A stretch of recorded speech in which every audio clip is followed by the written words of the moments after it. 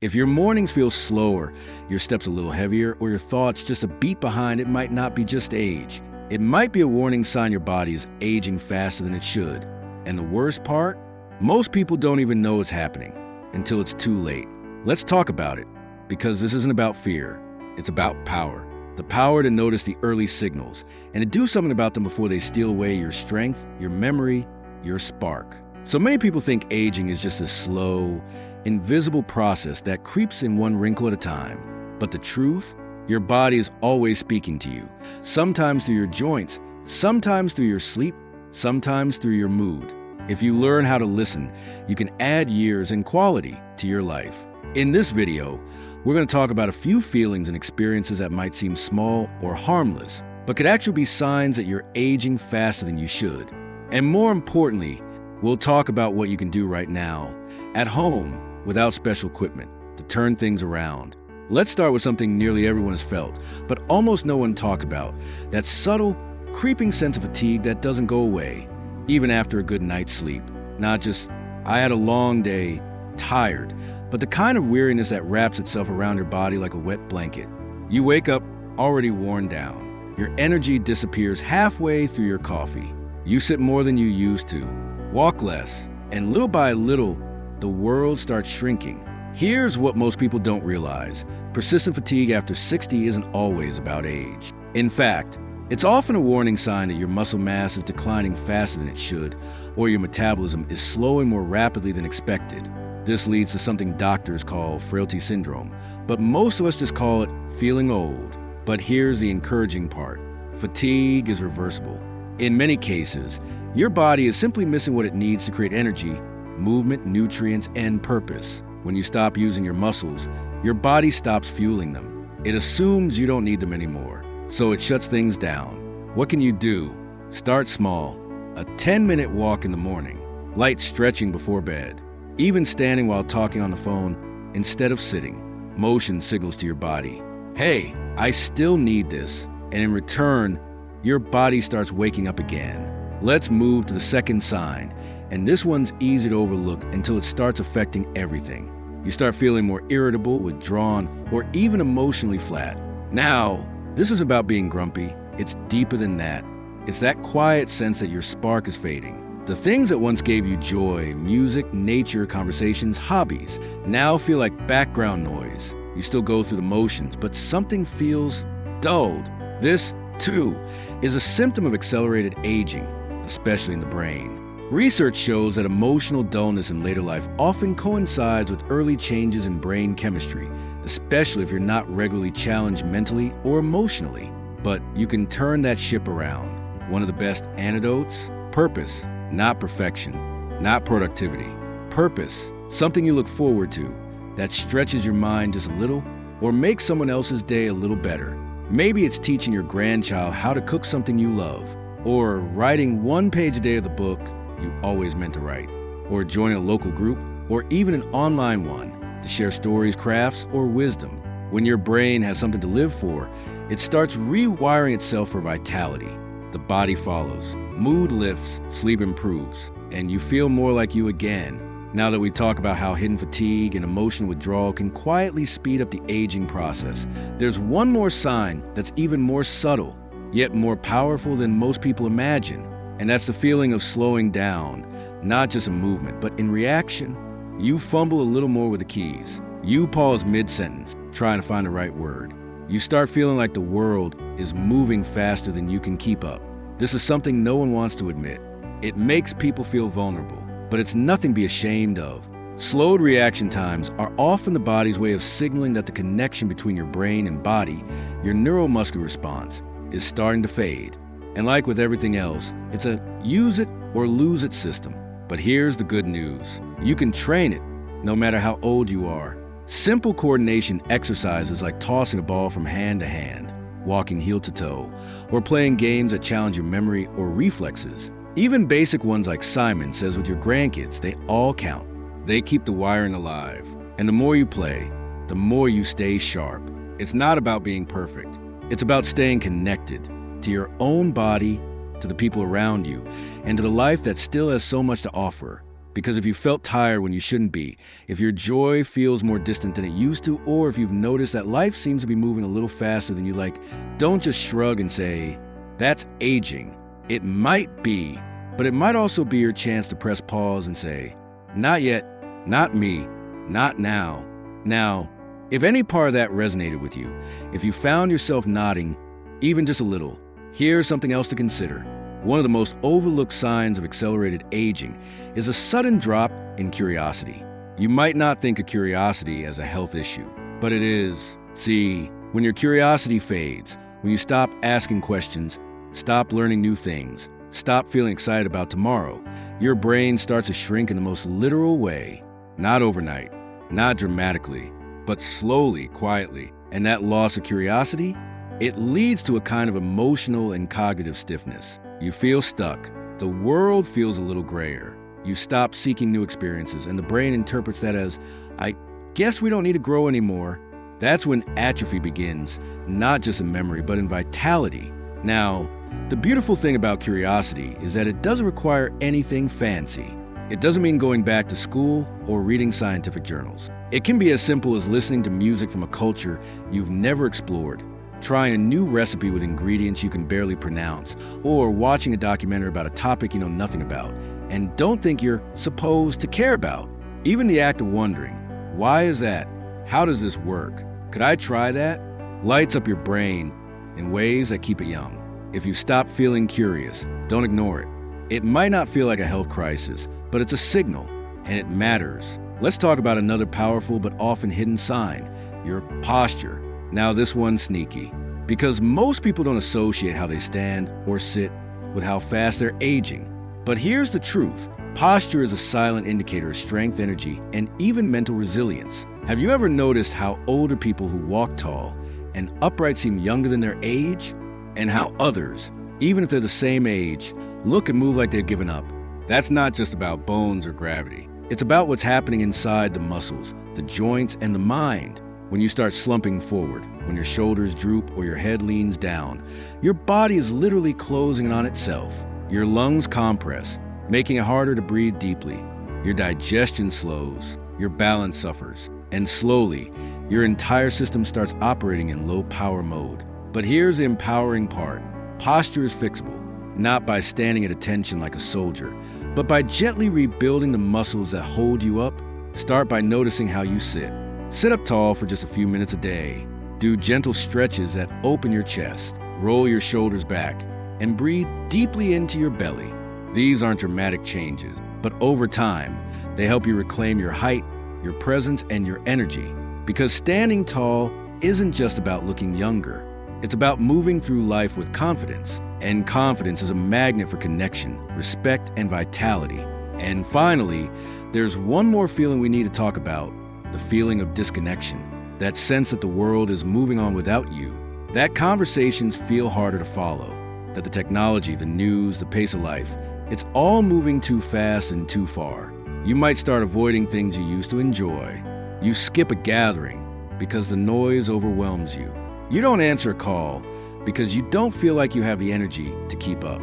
You say, "I'm fine," but inside you feel like you're slowly fading into the background. This is where accelerated aging becomes emotional, even spiritual, because disconnection, especially from people, is one of the strongest predictors of rapid decline in old age. Not because people mean to leave you behind, but because slowly, invisibly, we sometimes start to pull ourselves back.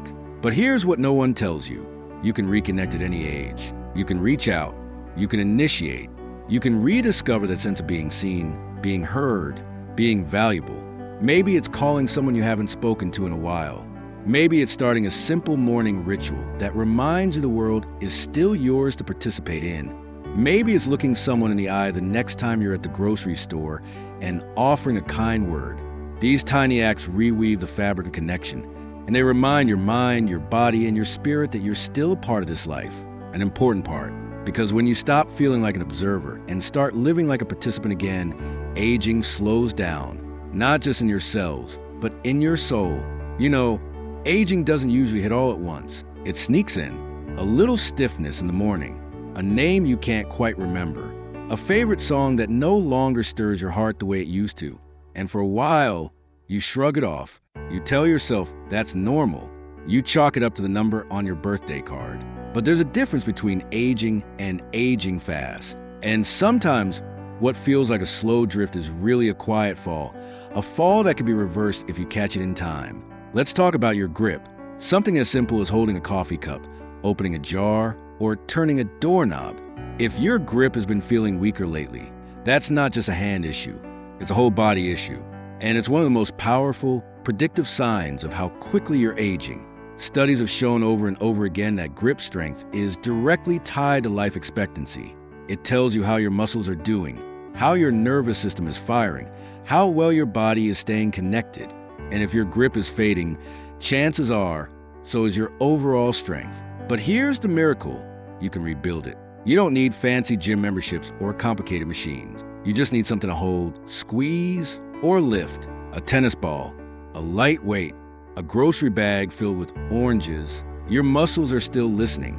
They're just waiting for a reason to come alive again. The same goes for your balance. Let me ask you, when was the last time you tried standing on one foot? Just for 10 seconds? Try it. If you wobble or tip, don't be alarmed. Be aware. That's your body saying, hey, I'm losing coordination. I'm losing connection. And that loss is one of the strongest predictors of falls, injury, and early decline. But balance isn't something you have or don't have. It's something you train. Stand near a countertop.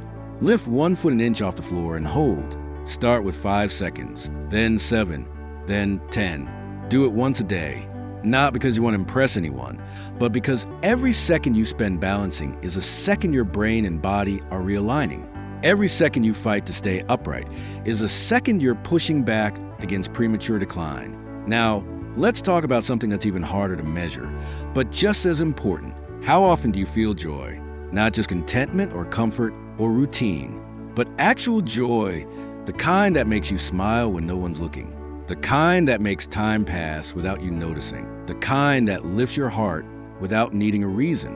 When that kind of joy fades, so does your cellular vitality. It's been shown that people who laugh more, who experience awe more often, who practice gratitude, actually have younger biological ages. Their bodies are more resistant to stress. Their immune systems work better. Their sleep is deeper. Their recovery is faster. But when joy slips through your fingers, everything gets heavier. Your body senses that something is missing. And without joy to balance out the stress, your cells start to show signs of wear. Your heart rate changes. Inflammation rises. Aging accelerates. But here's the quiet miracle of joy. It doesn't ask for permission. You can choose it, even now, especially now. Sometimes it starts small. Watching a bird hop along the windowsill, listening to a song from your youth, telling a funny story to a friend, even if they've already heard it. Joy doesn't erase the hard stuff. It just reminds your body there's still something worth living for. And your body, your heart, your brain, your bones, they all listen to that message. And finally, let's talk about the most overlooked feeling of all, hopelessness. Now that's a heavy word. But if you've ever found yourself saying, what's the point? Or it's too late for me? Or that ship has sailed? You're not alone. Those thoughts visit everyone at some point, especially as we age. But if they stay too long, they start to take root. And hopelessness, more than diet, more than exercise, more than medication, is what causes people to give up without even realizing they have. Hopelessness tells your body to stop trying, and your body listens. Muscles weaken faster. Illness lingers longer. Sleep becomes shallow. And time feels heavier, not lighter. But hopelessness has a weakness: action. The moment you take a single step, walk to the mailbox, write a thank you card, organize a drawer, your mind gets a new message. A message that says, I'm still in here. I'm not done yet. You don't need to feel hopeful to take action, but action brings hope. Always. So if you felt your strength slipping, if your energy feels like it's draining, if you found yourself pulling back, feeling foggy, or thinking, maybe this is just what aging looks like, don't settle for that answer. You have more control than you think. Your body is not just aging. It's responding to how you live, how you move, how you think, and how you feel. And the best time to make a change is right now. If you're still with me, then something deep inside you already knows the truth. You're not powerless against aging. It may knock on the door quietly or sometimes crashing without warning, but you still get to choose how you live, how you respond, how you rise. Because here's what no one tells you. Aging faster doesn't always come from big events. It's the small, repeated choices. The days you stay seated when you could have stretched. The nights you keep the TV on instead of letting your mind rest. The mornings when your first thought is, I'm tired, instead of, I'm grateful I woke up today. It's not about blame. It's about awareness. Because the moment you recognize the pattern, you can shift it. So let's go back to that first feeling, that bone-deep fatigue that tells you your spark is fading. You don't fight that with caffeine or more naps. You fight it with motion, with oxygen, with choosing life even when it would be easy to sink into the chair and say, not today, or that quiet emotional numbness that makes each day feel like a repeat of the one before. You don't need a vacation to feel alive again.